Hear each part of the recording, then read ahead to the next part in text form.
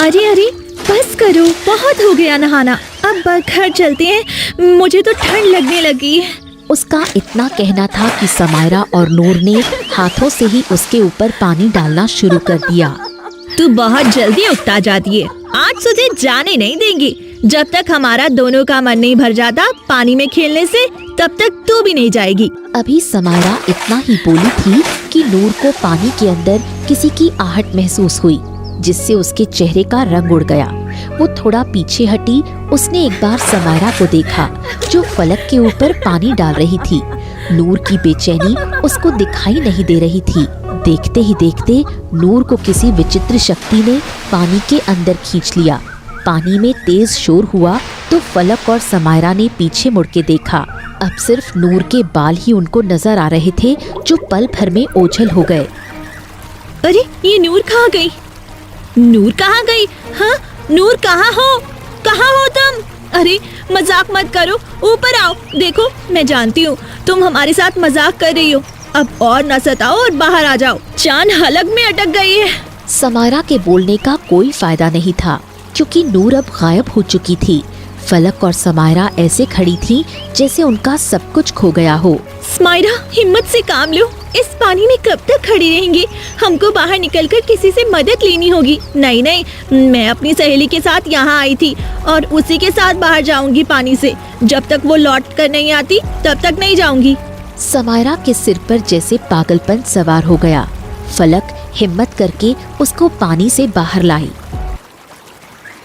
मेरी बात ध्यान से सुनो, वो तालाब के अंदर गायब हो गई है। उसके बाल देखे थे मैंने अंत में, ऐसा लग रहा था जैसे वो हमसे कुछ कहने की कोशिश कर रही हो। अब हमारे पास एक ही रास्ता है, हमें उसकी मदद लेनी होगी। उसकी बात सुनकर समायरा जैसे गहरी सोच से बाहर आई हो और उसको कोई तो अपनी सहेली तक पहुंचने का सुराग मिला हो।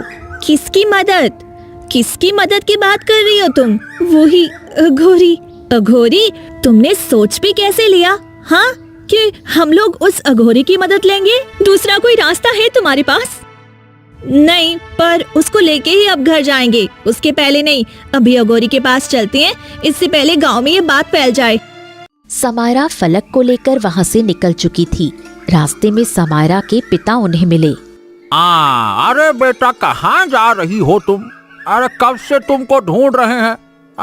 बेटा जी, खबर भी है आपको? क्या बोल के निकली थी आप घर से? याद है या फिर आपको याद दिलाएं हम?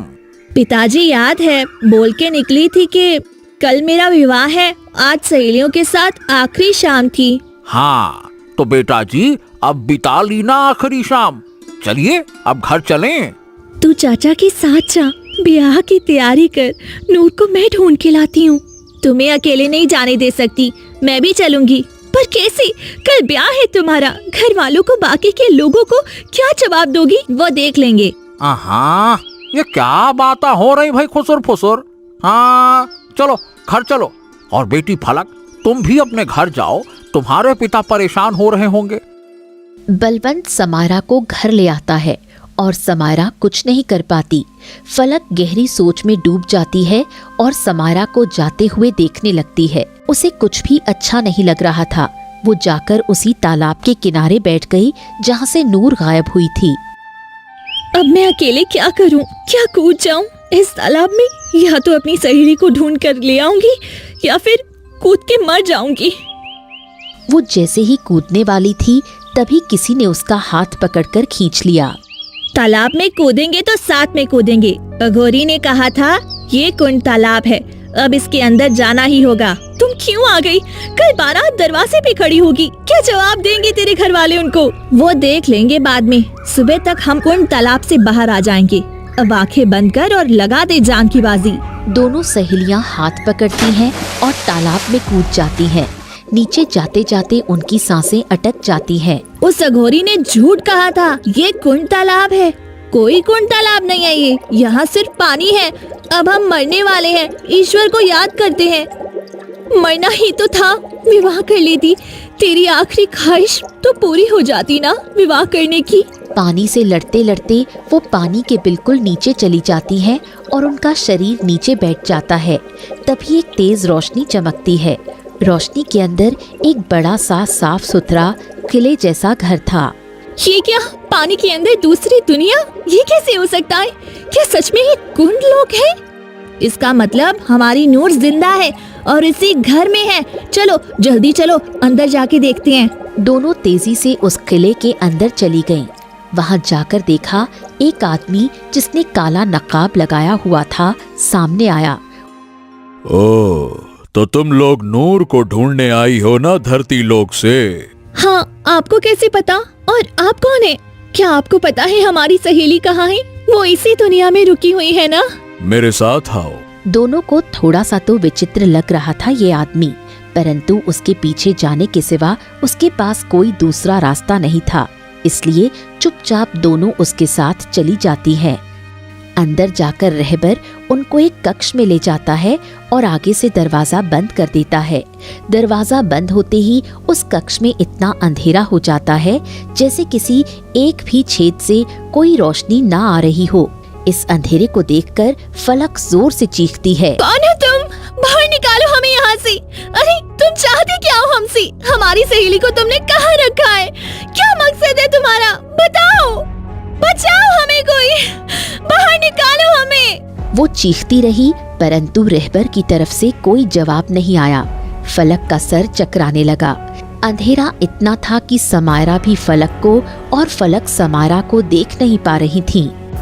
फलक, हिम्मत से काम लो, हमारा मकसद नेक है और इन लोगों से हम हार नहीं सकते। ये हमें तोड़ना चाहते हैं, हमको टूटना नहीं है। मेरा दम घुट रहा है, मुझे सांस नहीं आ रही है। इतना बोलते ही फलक मूर्छित होकर जमीन पर गिर गई। उसके गिरने की आवाज से समायरा अंधेरे में उसको ढूंढने लगी। फलक, कुछ नहीं होगा, हिम्मत रखो, मैं आ रही हूँ तुम्हारे पास। समायरा टटोल टटोल कर फलक के पास पहुंची और फलक के सिर को सहलाने लगी। फलक, देखना, लोग कहते हैं अंधेरे के बाद रोशनी आती है, हमें बस उस रोशनी को ढूंढना है। समायरा ने बहुत प्रयास किया वहां से निकलने का, परंतु निकल नहीं पाई। बाहर आओ, तुमको मालकिन ने बुलाया है, आओ। मालकिन? ये मालकिन कौन है? रहबर ने कोई जवाब नहीं दिया। समायरा ने फलक को सहारा दिया और दोनों गिरते पड़ते हालात में बाहर आ गईं। बाहर की रोशनी कम ही थी, फिर भी कम रोशनी देखकर ही उनकी आंखें चौंधिया गईं और जब पूरी आंखें खोलीं तो दोनों को अपनी आंखों पर यकीन नहीं हुआ। नूर एक बड़े से सिंहासन पर बैठी थी। फलक, देखना, हमारी सहेली मिल गई।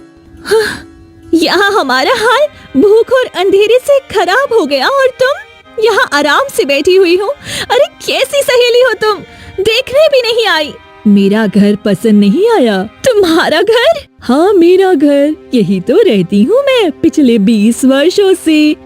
20 वर्ष की तुम हो भी नहीं। मजाक करने के लिए पूरा जीवन पड़ा है। अभी घर चलती हैं, सब परेशान हो रही होंगी और तुम तो जानती ही हो, आज समायरा का विवाह है। देरी हो गई तो बारात वापस चली जाएगी, फिर कभी उसका विवाह नहीं हो पाएगा। गांव वालों को जानती हो ना, कैसे कैसे लोग हैं, पंचायत बिठा लेंगे वो लोग। फलक की बात से नूर को कुछ फर्क नहीं पड़ा तो अमायरा को गुस्सा आया। वो फलक को वहीं छोड़ नूर के पास आकर खड़ी हो गई और उसको खींचते हुए बोली, नूर, बहुत हो गया मजाक, चल गांव चलते हैं। मुझे डर लग रहा है, क्या जवाब दूंगी बाकी के लोगों को। समायरा ने जैसे ही नूर का हाथ पकड़ा, नूर ने उसको जोर से धक्का दिया जिससे अमायरा दूर जा गिरी। तुम दोनों पागल हो जो मेरे पीछे यहाँ तक चली आई। अरे मूर्खो, इतना नहीं समझ पाई? ये मेरी एक चाल थी तुमको यहाँ लाने की, और देखो तुम मेरे जाल में फंस गई। मुझे तो ये समझ ही नहीं आ रहा, तुम इतनी मूर्ख कैसे हो सकती हो? क्या कहना चाहती हो?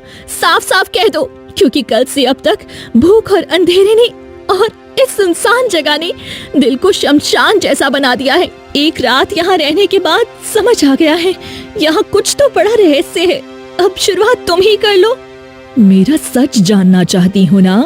तो सुनो, मैं तुम्हारी सहेली नहीं थी और तुम यहाँ तक आ सको इसीलिए तुमको सहेली बनाया, ताकि समय आने पे तुमको यहाँ कैद कर सकूं। वैसे मूर्खता की हद होती है।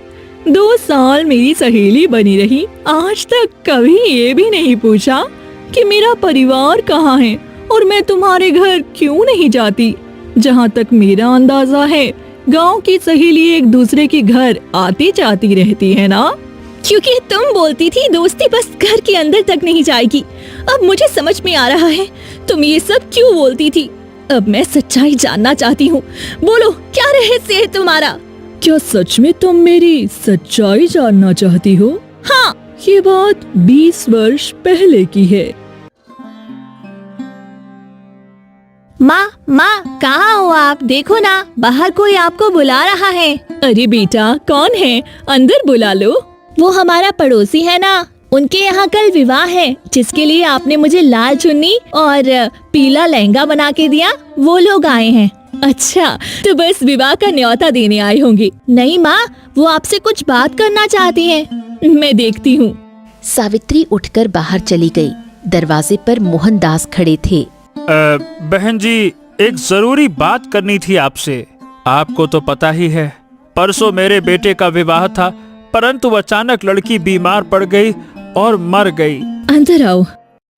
सावित्री मोहनदास को अंदर बुलाकर लाई। परंतु अचानक लड़की बीमार पड़ गई और मर गई। हे ईश्वर, ये कैसे हो गया? देखो बहन जी, बीमारी, जिंदगी और मौत, ये तो ऊपर वाले के हाथ में है। अब गांव वाले तो यही कह रहे हैं कि विवाह में सुख नहीं लिखा था, इसीलिए लड़की मर गई। गलत जगह विवाह होने से बेहतर है कि इंसान मर जाए। कई घरों में हम अपने पुत्र का रिश्ता लेकर गए, परंतु कोई भी मान नहीं रहा विवाह के लिए। इस गांव में सबसे ज्यादा तो नहीं, पर अच्छे लोगों में हम आते हैं। हाँ, सही कह रहे हो। तुम लोग तो बहुत जमीन वाले हो। फिर क्यों कोई अपनी बेटी नहीं देना चाहता आपके घर में? पता नहीं, इसीलिए मैं आपके घर आया हूँ। क्या आप नूर का विवाह मेरे पुत्र से करेंगी? क्योंकि मैं आपको जानता हूँ, आप पुरानी बातों को नहीं मानती। आप पे कोई जोर जबरदस्ती नहीं है। आप चाहे तो मना भी कर सकती हैं, परंतु मैं चाहता हूँ कि मेरे पुत्र का विवाह उसी मुहूर्त में हो जो तय हुआ था, और मेरा पुत्र भी होने वाली पत्नी के अचानक मरने से सदमे में आ गया है। उसको भी गम भुलाने में आसानी होगी। इसमें सोचने समझने वाली कोई बात नहीं है। मैं इस विवाह के लिए तैयार हूँ। मेरी नूर ऐसे तो लाखों में एक है, परंतु श्याम भी बहुत सुंदर और अच्छा नेक लड़का है। हम इस विवाह के लिए तैयार हैं। और इस तरह नूर और श्याम का विवाह हुआ। 4 साल बीत गए। एक दिन नूर अपने घर में बैठी श्याम की प्रतीक्षा कर रही थी। तभी श्याम का दोस्त बलवंत वहाँ आया।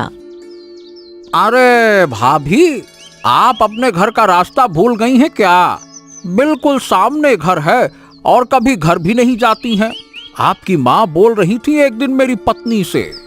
क्या बताऊं भैया, श्याम जी देर से घर लौटते हैं, सुबह सुबह निकल जाते हैं, घर में कोई नहीं होता है। इतनी बड़ी हवेली है, अब मैं घर जाऊं तो इस घर में कौन रहेगा? वैसे एक बात तो है, आपकी किस्मत बदल गई है। इतने बड़े घर की बहू बन गई। आपके यहाँ तो अनाज भी 6 महीने का 12 महीने खाना पड़ता था। सच कह रहा हूँ ना? नूर को ये सारी बातें अच्छी नहीं लगी, फिर भी उसने कुछ नहीं कहा। वैसे भाभी, आपके दिल में कभी ख्याल नहीं आता कि इतने सारे पैसे लेकर कहीं भाग जाएं? अरे ये मेरे पति हैं, मैं उनके पैसे लेकर कहाँ भागूं? उनका जो है वह मेरा अपना ही है, मेरे अलावा उनका कोई भी नहीं है। बाबूजी भी जब से गए हैं तब से सारी जिम्मेदारी इन्हीं के ऊपर आ गई है। बलवंत वहाँ से चला गया और घर आकर अपने छोटे भाई सोहम से सारी बात कही। क्या कहना चाहते हो? साफ साफ कहो आप। अरे सोचा था कि नूर से विवाह करूंगा, पर नूर की माँ ने सही जगह हाथ मार लिया। समय से पहले ही श्याम से उसका विवाह कर दिया। अरे जब तक हम खाने कमाने लायक हुए तब तक श्याम ने बाजी मार ली। नूर, अरे नूर जैसा उसका नाम है ना, उससे भी कहीं ज्यादा नूर है उसके चेहरे पे। हमारी पत्नी तो ऐसी लगती है उसके सामने जैसे नौकरानी हो। अरे भाई देखो, जिसके पास जैसा धन वैसी तकदीर। अब जितना हमारा काम है, ऐसी हमें पत्नी मिल गई और वैसे भी माँ मेरा विवाह करने को बोलती थी नूर से। आप क्यों इतना जल रहे हो? मुझे तो कोई फर्क नहीं पड़ा नूर से, उसके विवाह से, उसके पति से। आपको क्यों इतना पड़ रहा है? अरे देख, तेरा विवाह करने का माँ बोलती थी, बड़ा मैं था, इसीलिए विवाह के बारे में कि नूर से मेरा विवाह हो जाए मैं ही सोचता था। मैंने ही सपने पाल के बैठे थे, क्या कहूँ मैं।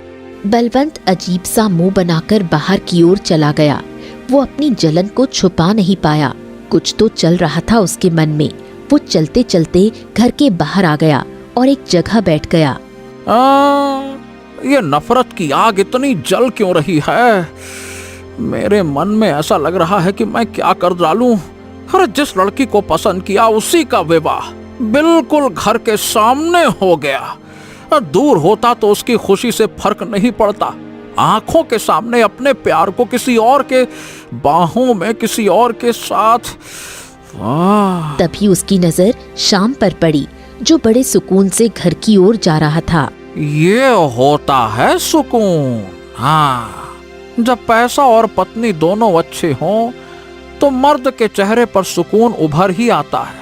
ससुरा, ये सुकून तो हमें कभी नसीब नहीं होगा। घर जाओ तो हमारी पत्नी की शक्ल कुछ तो बुरी है ही, और कुछ वो बुरी बना लेती है मुझे देख के। अब इंसान करे तो करे क्या?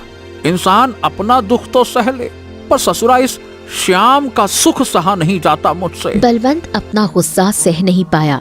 वो अपनी जगह से उठा और उसने शाम के सिर पर एक ईंट से वार किया, जिससे शाम एक बार में ही गिर गया। बलवंत का गुस्सा इतना बढ़ गया था कि उसको ये पता ही नहीं लगा कि वो क्या कर रहा है। देखते ही देखते उसने शाम के सिर पर कई बार ईंट से वार किया और शाम मर गया। उधर नूर अपने घर के द्वार पर खड़ी अपने पति के आने का बेसब्री से इंतजार कर रही थी। आज इतना समय हो गया, अब तक तो आ जाना चाहिए था श्याम जी को। मुझे बहुत फिक्र हो रही है। वो तो कहीं रास्ते में रुकते भी नहीं है। एक बार देख के आती हूँ गांव के बाहर। जब तक आएंगे नहीं मुझे चैन नहीं मिलेगा। नूर का दिल अब पूरी तरह से बेचैन था। वो घर से निकलकर गांव की गलियों से होती हुई गुजरने लगी। उधर बलवंत शाम के पास खड़ा सोच रहा था। हे ईश्वर, ये मैंने क्या कर दिया? ये तो ससुरा मर गया, अब मैं क्या करूँगा? अरे छोड़ो इसको, भागो। वो उसको छोड़कर भागने लगा। तभी नूर भागते हुए आई।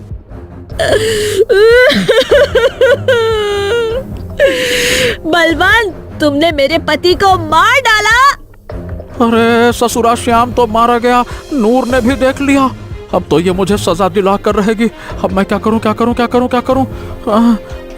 ऐसा नहीं हो सकता। आप मुझे छोड़ के नहीं जा सकते। मैं आपको खो नहीं सकती। आपके सिवा मेरा दुनिया में कोई भी नहीं है। मेरा सुहाग गुजर नहीं सकता। उठिए, उठिए। उठिए। हाँ, अभी ये जब तक अपने विलाप में है तब तक तो ठीक है। जब ये होश में आएगी तो मुझे सजा जरूर दिलाएगी। इसका कुछ ना कुछ तो करना पड़ेगा, करना पड़ेगा। क्या करूं, क्या करूं, क्या करूं? वो भागकर सोहम के घर आया। हाँ, सोहम! अरे सोहम, दरवाजा खोल! अरे सोहम, दरवाजा खोल!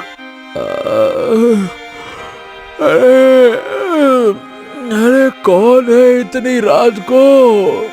अरे दरवाजा खोल जल्दी से, आवाज मत कर, जल्दी आ।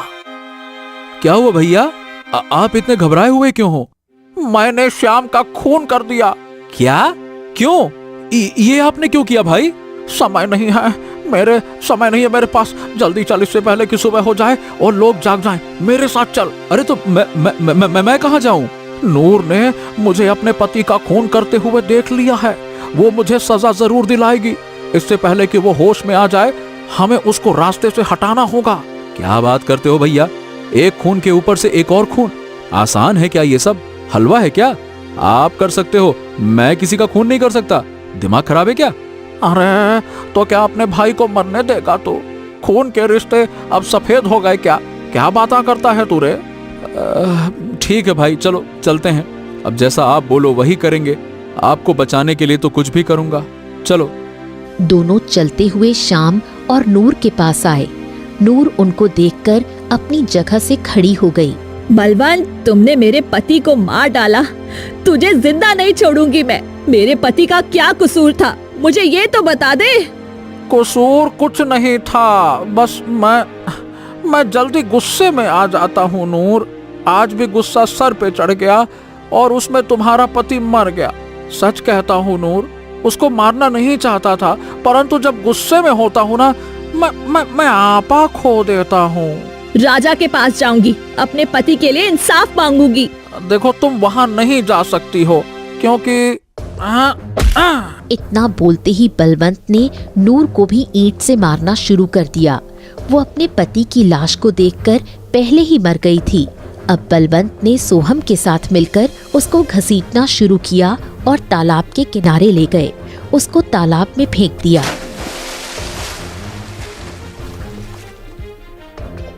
भाई ये मर तो गई होगी ना, पक्का है? अरे इतनी ईंट में तो उसके पति ने दम तोड़ दिया, फिर ये किस खेत की मूली है? ये तो एक लड़की थी। अब एक काम कर, उसके पति की लाश को भी इसी तालाब में डाल देते हैं। उसकी आंखें बंद हो गईं। वो गिरती जा रही थी। गिरते गिरते वो कुंड लोक के किले के द्वार के पास आकर गिरी। उसके गिरते ही एक बूढ़ी औरत दौड़ कर आई।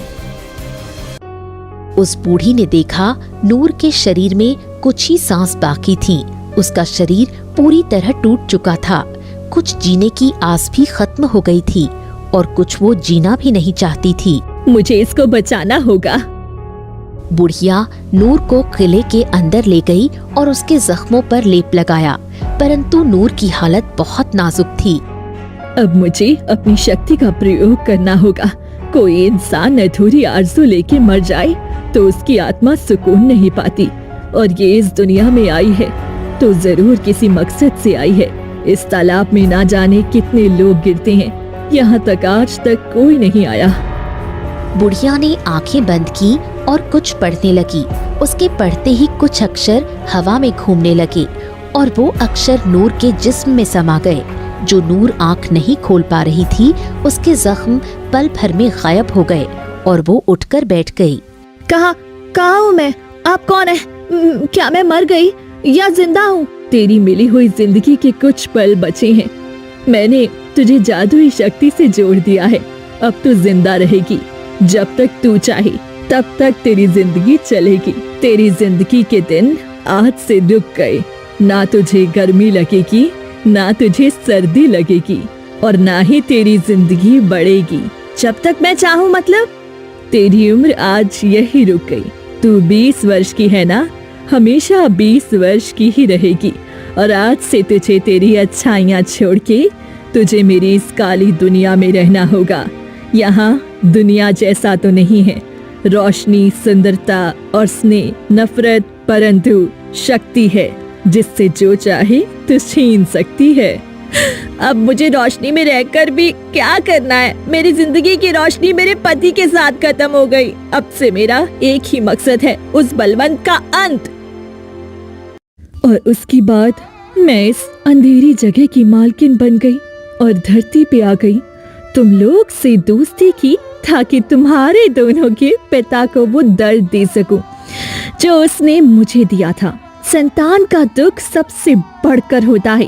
तुम दोनों को मैं यहाँ इसीलिए लाई ताकि तुम भी वो कह सको जो मैंने 20 साल कहा। पिताजी ने ये सब किया तुम्हारे साथ, तो 20 वर्ष तुम इस अंधेरे में रह रही हो।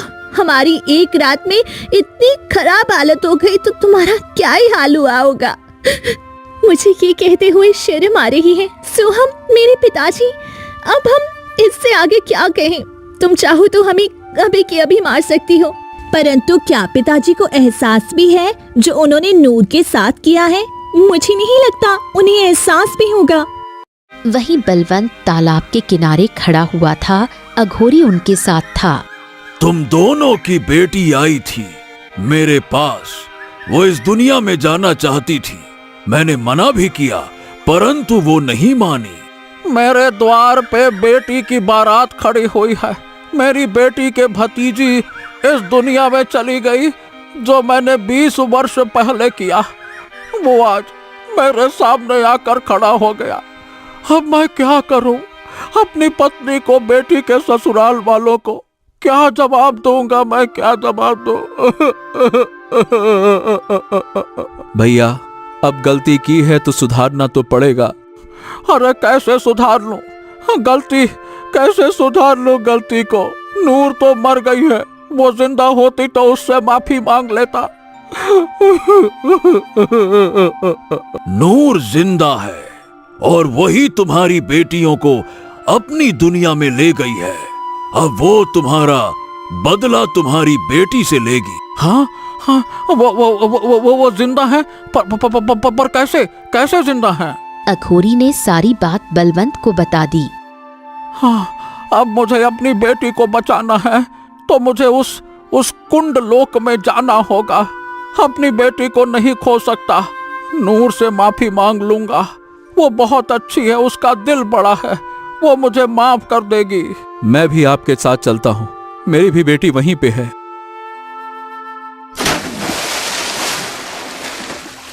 दोनों कुछ ही देर में कुंडलोक पहुंचे और नूर के पैरों में गिर गए।